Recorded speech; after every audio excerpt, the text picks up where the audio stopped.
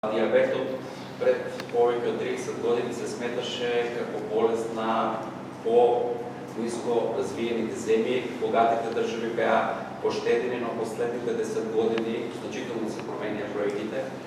Моментално водечка држава во светот по број на заболени на диабет на глава на жител е Соединетите американски држави, каде имаме повеќе од 30 милиони луѓе. Така да не се поштедени ниту богатите, ниту сиромасите, една епидемија која зазема се поголем и поголем број.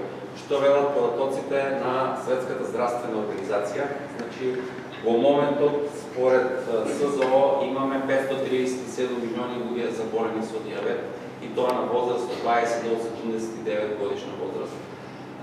Со проекција дека до 2045 година оваа бројка ќе стигне до 783 милиони луѓе, а до 2090 ќе биде прва причина за смртност помеѓу луѓето.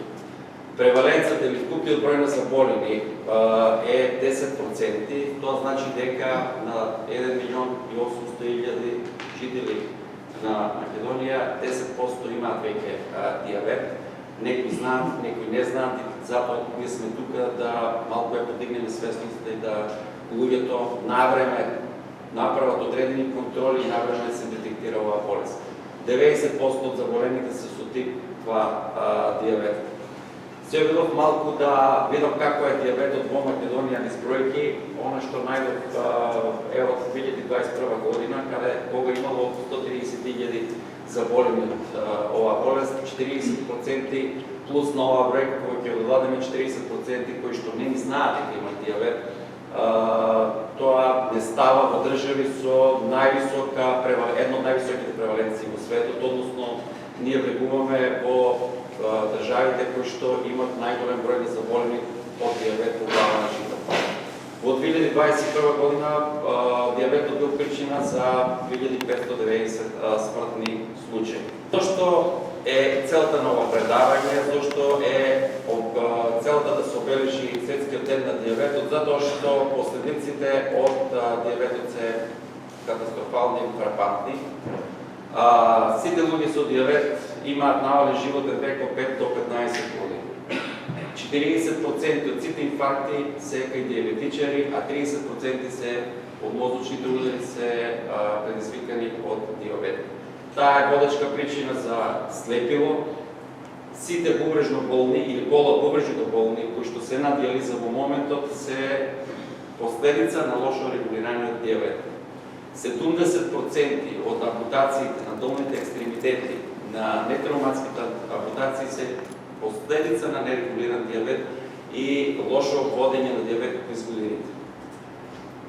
Бидејќи може би во публиката се уште има некој кој што и не е диабетичен, не знае што е диабет, не е лошо да се подсетиме дека диабетесот е покачено ниво на шеќер во крвта поради намалена продукција на инсулин или намалена негова активност, а се потврдува кога е изменен шеќер во крвта во било кој момент од над 11 милимоли на литар, или кога резултатот на гликолизираниот хемоглобин, дека наредот познат како скриен шеќер или тромесечен шеќер, КБА1C е над 6,5%. Кои се симптомите и знаците? Во најголем дел од случаите, скоро 90% во почетокот, не постојат никакви симптоми и знаци на дека некој има диабет, но најчесто тие што веќе се појавуваат одредени симптоми како зголемена жеп, често мокрење, сува уста, зголемен апетит, парадоксално слабење, обично тоа се појави за луѓе кои што ненадежно почнуваат да губат тежина и се радосни за тоа, не се ги свесни дека имаат диабет. Чести инфекции и некој хроничен тип на замор. Кои се под ризик? Значи, тоа се најчесто пациенти над 45 годишна возраст. Значи, кои што имаат големена телесна тежина или се обезни. За жал, оваа тип на обезност се повеќе среќаваме кај младите и веќе, како што кажа и доктор Стојанче, 50% од младата популација ни е, да не кажем, дебела. И кај оваа група на луѓе може да очекуваме подоцна во животот секако дека ќе развијат диабет и намален животен век. Исто тук, втор ризик фактор е физичката неактивност. Сите сме веќе врзани за лаптопи, за телефони, за много малко сме физички активни. Со тоа допринесуваме телесната тежина брзо да ни се качи и да добиеме диабет. Тук влегува изхраната, лошата изхрана, пред се мислам, на храна богата со рафинирани шекери и трансмазнути, а исто под ризик си луѓето кои што по нивните фамилии веќе има некои забрани со диабет, така да таму е веројатноста да се појави доста висока, доколку постојат и погорните ризик фактори како што ги направи. Бидејќи предавањето е замислено да бидеме пократки и појасни, да не бидеме и досадни.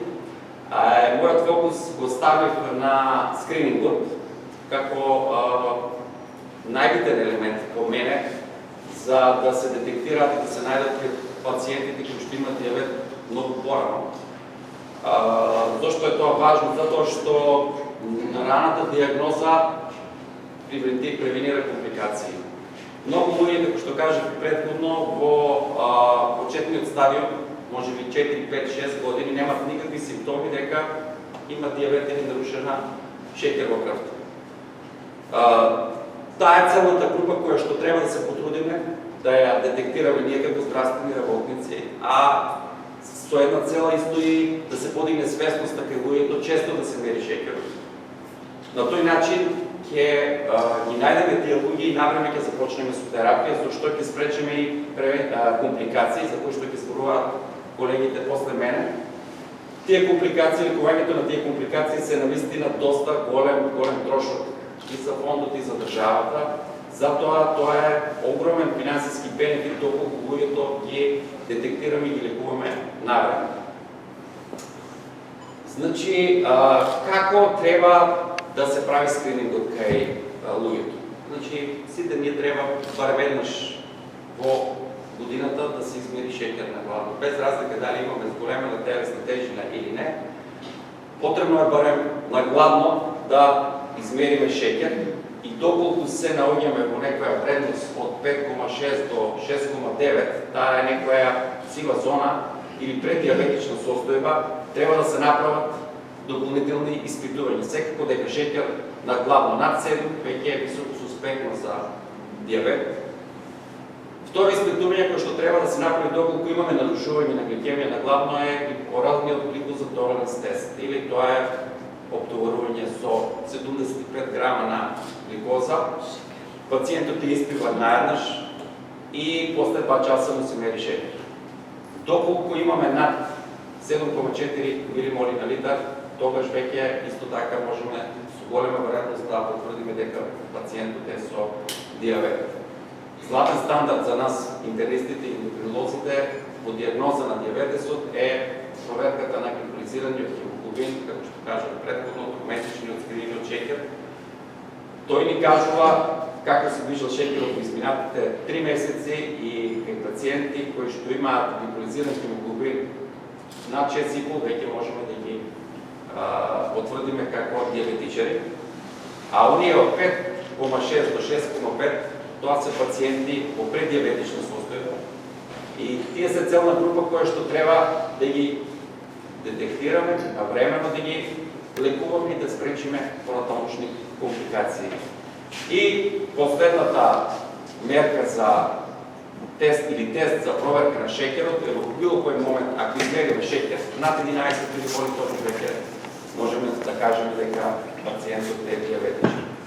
Јас тука ќе прекинам во интерес на времето, иако има уште многу што да се каже, посебно во диагнозата и во терапијата пред се, бидејќи последниве години пристапот и лекувањето на пациентите со тип 2 на диабет е значително изменето пред 10 години. Фармацевската индустрија извади повеќе нови лекови, кои што ја осменија текот на лекувањето со огромен кардиоваскуларен бенефит за овие пациенти.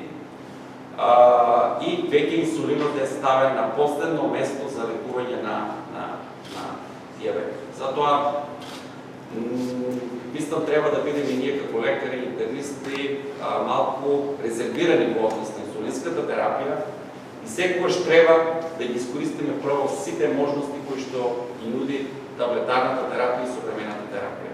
Сега знам дека малку е тоа доста скапо, но се надеваме дека во годините што доаѓаат ќе имаме барем по тој дел полесна пристапност и достапност, бидејќи ефектите се стварно, мислам, одлични.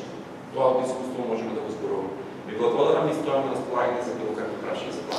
На почетокот нешто вомено за диабетес. Значи, спаѓа меѓу хроничните чести заболувања кај децата и една од водечните причини за морбидитет и морталитет кај возрастните. Значи, постојат два типа на диабет, диабетес тип 1 и диабетес тип 2.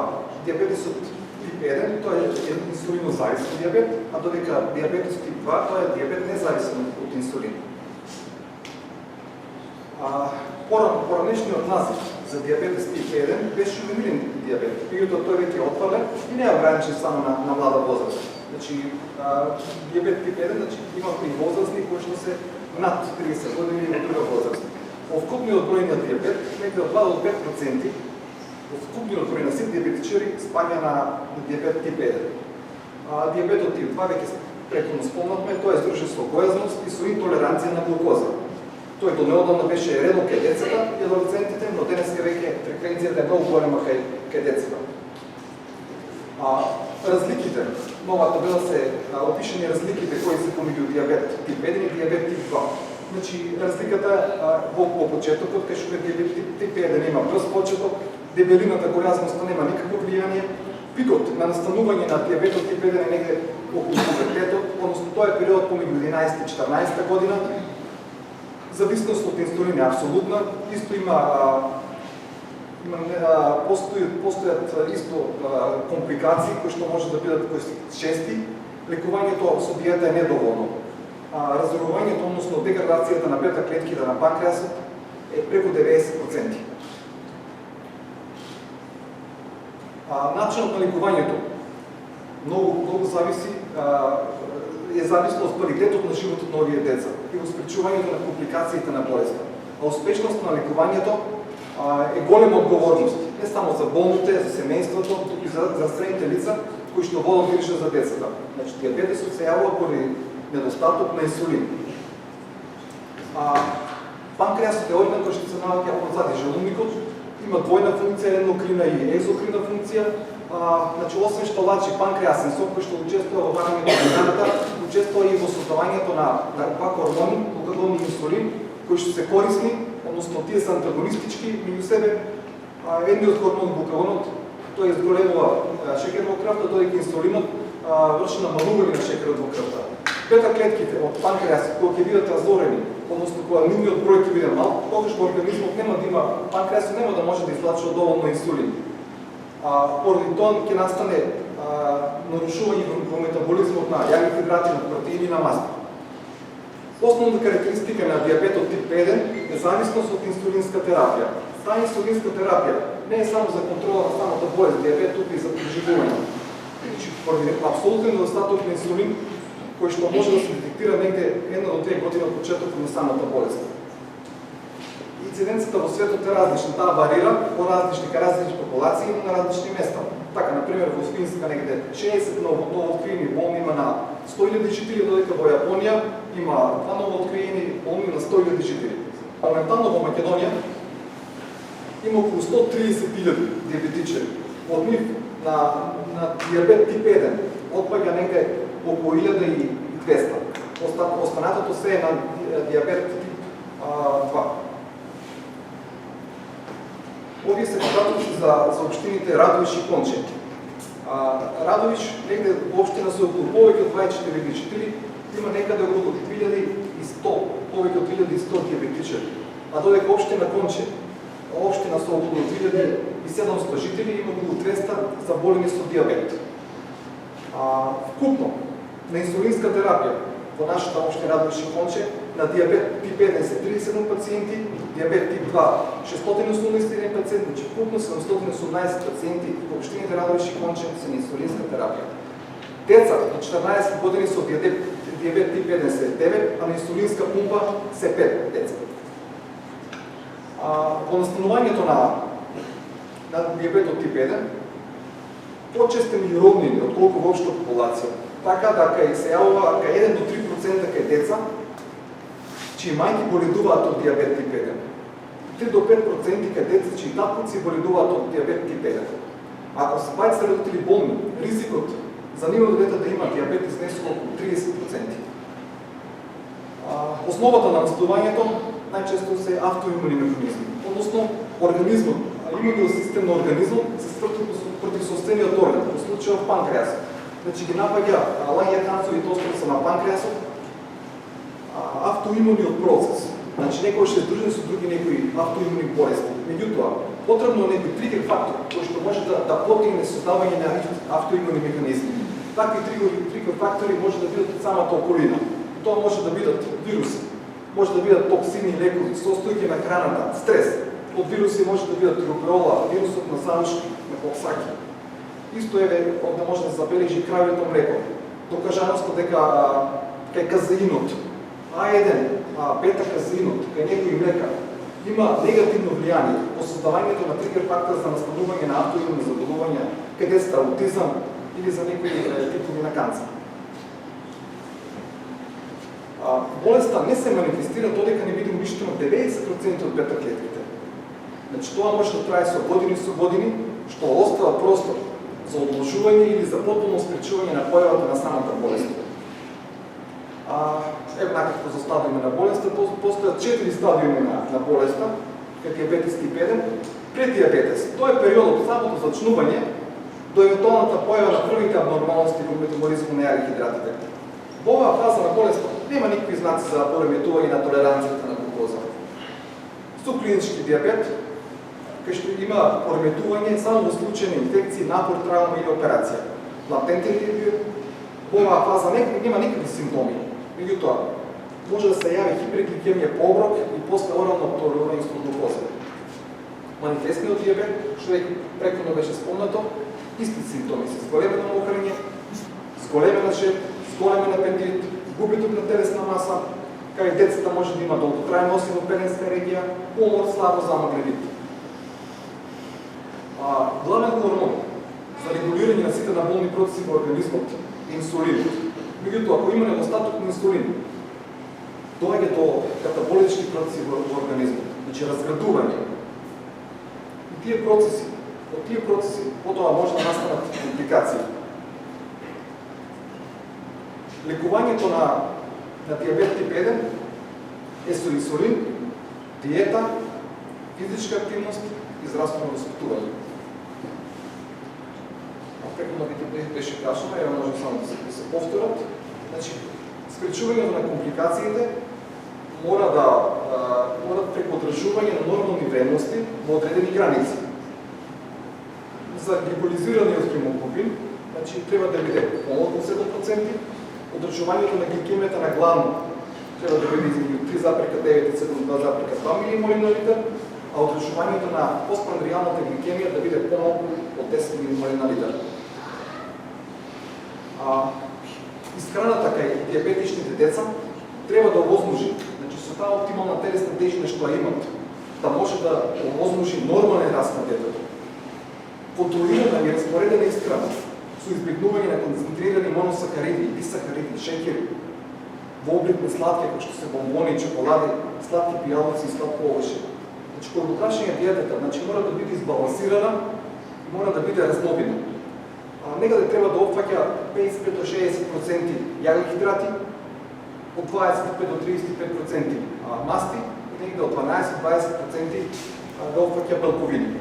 Исто, значи, потребни се оливоелементи, витамини и минерали. Инсулинот, значи, е хормон кој што помага заедно со телесната активност, самата глукоза што се наоѓа во крвта, во циркулацијата, да помине во органи кои што треба да се складира преку гликогенот, преку црниот дроб, во масното ткиво или во мускулите.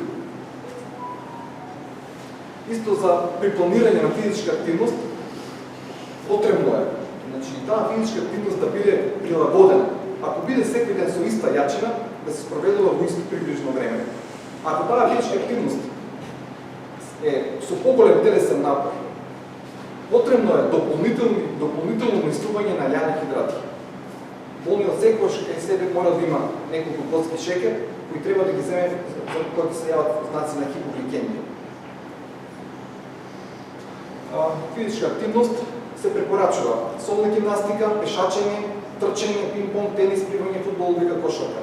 Не се препорачуваат нуркање, падобранство, автомобилизам. Здравственото воспитување, тоа започна уште со првата хоспитализација во болница. Мора да има мултидисциплинарен пристап, кај што ќе учествуваат фамилијата, болниот, едуцирани медицински сестри, нутриционист и психолог.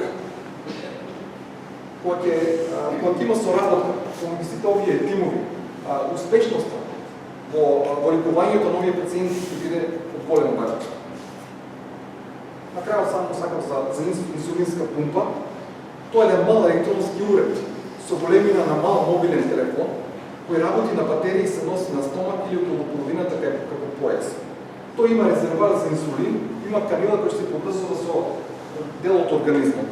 Има сензор со кој што се испраќаат импулси до пумпата и кај што континуирано 24 часовно, колку што е потребно на организмот, се испумпува инсулин.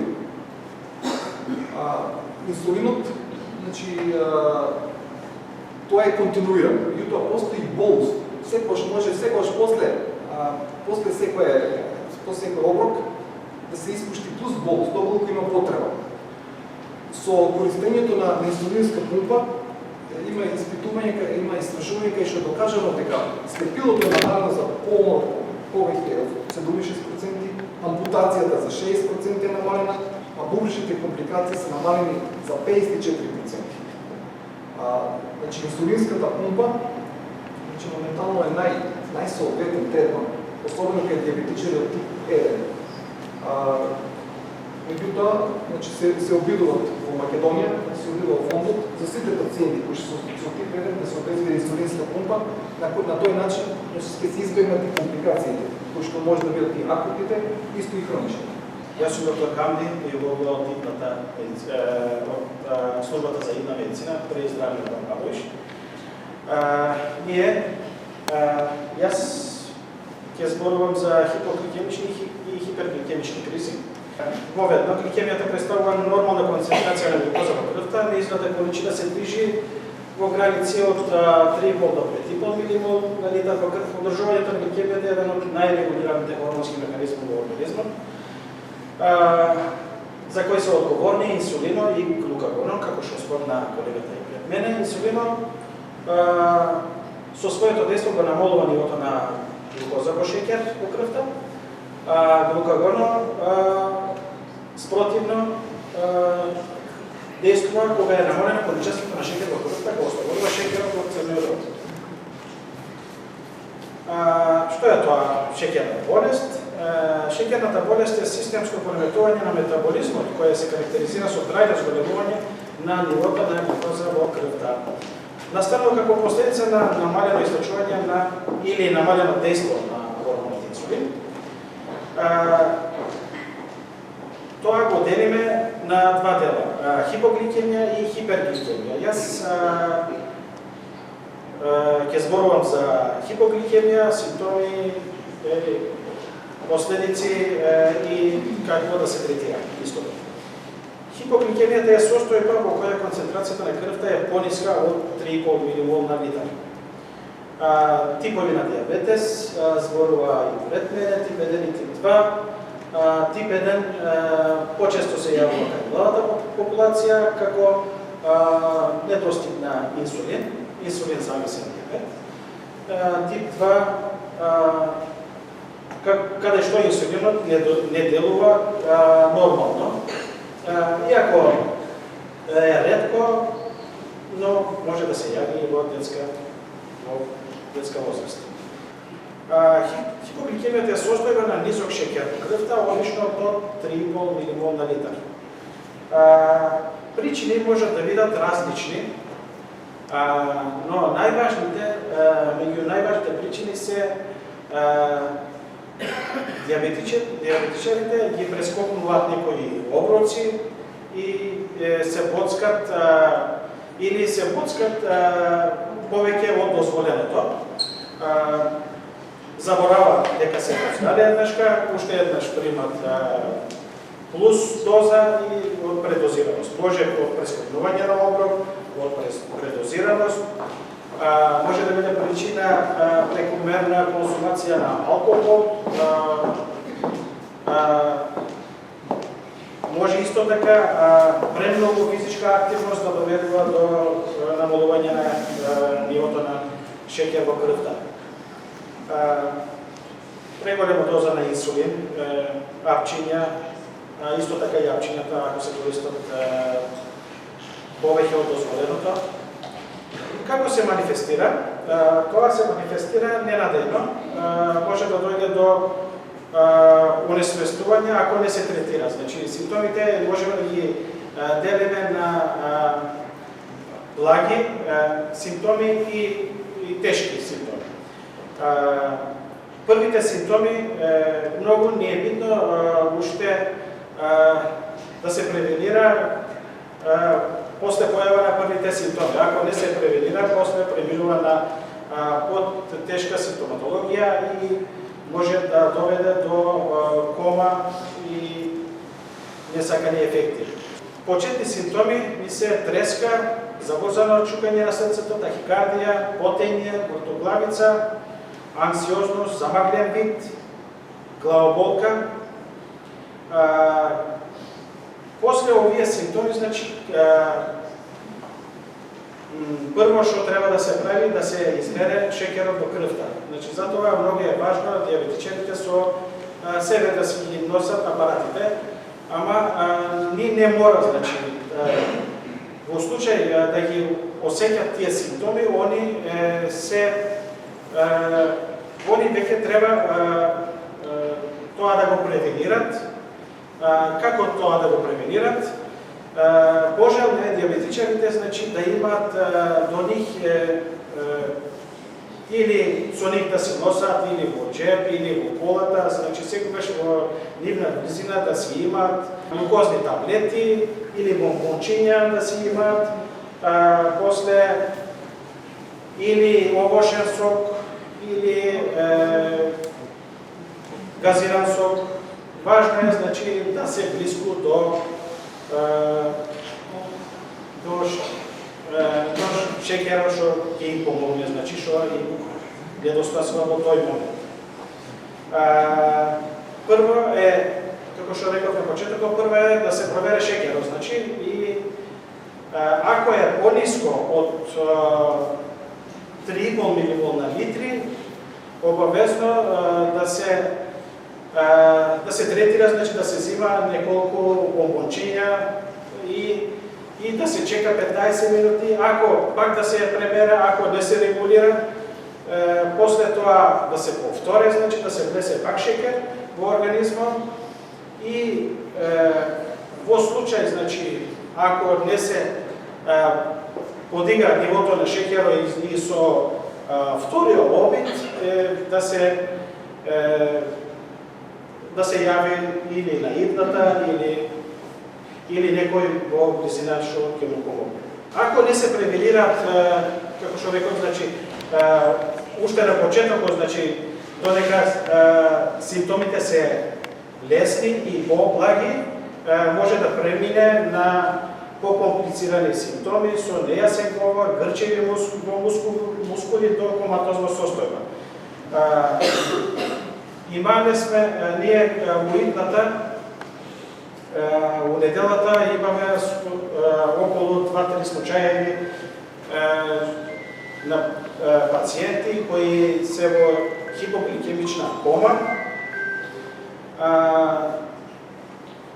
Таа гледка е страшна, особено за фамилијата, често тоа се случува или до сопругата, значи за брачниот пар е страшна гледка, затоа они се јавуваат вознемирени и дека дури јас лично сум имал случај каде сопруга беше пријавил дека сопругата е почината, значи да дојдеме да утврдиме смрт, а ние одеме, жената е во хипогликемична кома.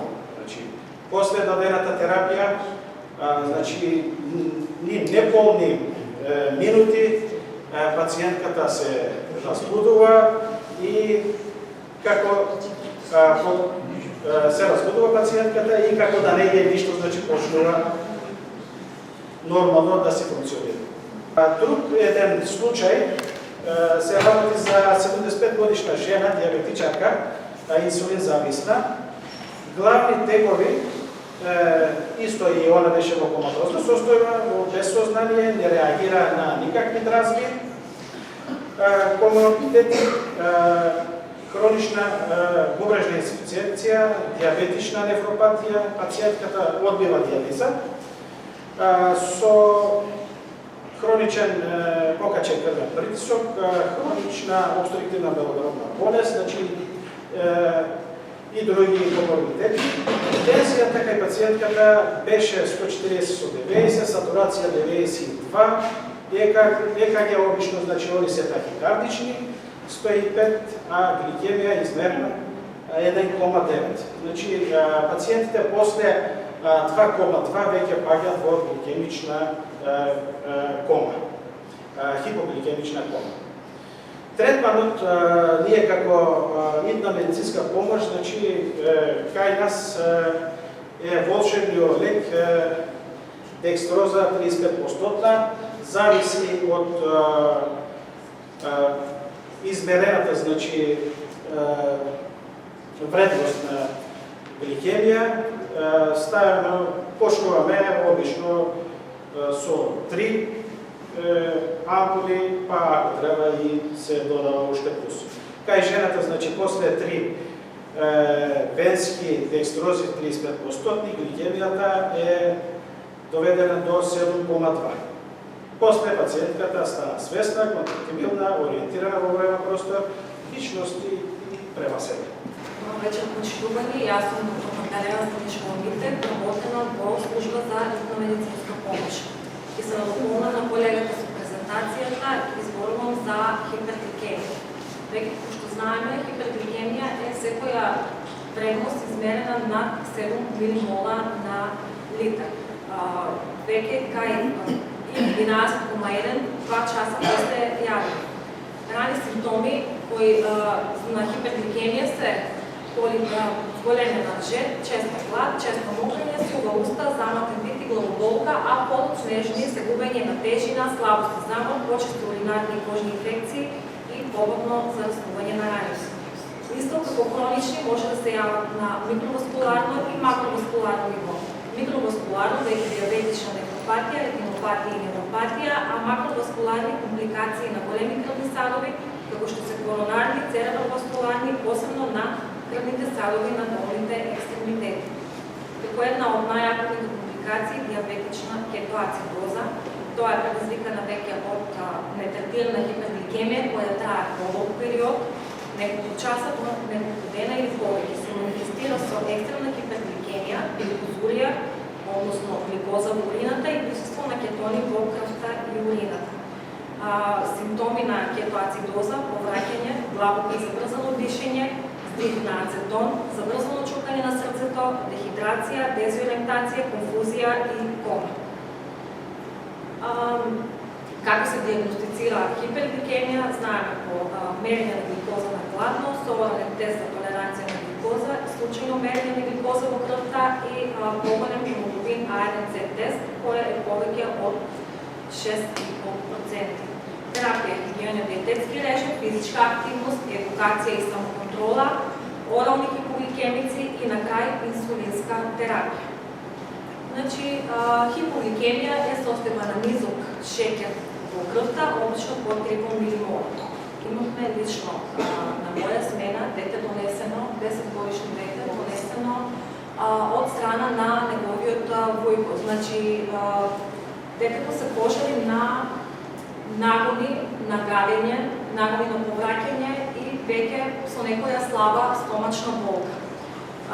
Исто така, нешто што карактеристично ми уприличи вниманието, овие симптоми што нормално ги претпоставяме на некој стомачен вирус. Приличи вниманието, детето веќе имаше карактеристичен црвен осип на лицето, што кога ги прашав дали од кога е тоа црвенило, тие ми рекоа дека се појавило од неодамна и дека детето последниот месец изгубило на телесна тежина. Значи за еден месец има изгубено 10 килограми, потоа по понатамошна анамнеза во разпит дава податок дека често се буди навечерта мокри и дека повеќе јаде, но после секој јадење осеќа како нагони на повраќање, нелагодност и мачка на желудок. Тензијата 160, направено е ЕКГ без постапување за неговата возраст, но измерената гликемија од прв беше 23,5 милимола на литар. Значи, на палпација веќе почнува некоја стомачна болка, детето веќе во состава пред диабетична кетоацидоза. Во консултација со педиатрија дадено е третман по протокол, се дава физиолошки раствор за да се спречи дехидрација на детето. Со наша екипа беше транспортирано во клиничка болница Штип, каде што е направено уринарни тестови, каде што се види дека веќе има присуство на кетони во мокрачата и детето беше транспортирано до клиника за детски болести ендокринологи. Сега, првично негира фамилијата на лица со диабет во фамилијата и на родителите и беше како шок сега од каде диабетот е детето. Меѓутоа, од денешни информации знам дека детето си има пумпа, добро регулиран диабет, запознаено, веќе мајката и таткото не се толку сплашени, не го припаќаат тоа како нешто страшно од некоја болест да е нивното дете, знаат да си регулираат и исхрана и успешно истратираат. Значи, кај нас во идната имаме доста такви случаи и баш со колегите ни беше предизвик кој да ги одбереме денес, да ви ги презентираме, но ете тие два некако како по-специфични на тие соци се одлучивме. Тоа ни беше нашето предавање, кој го направи заедно со колегите и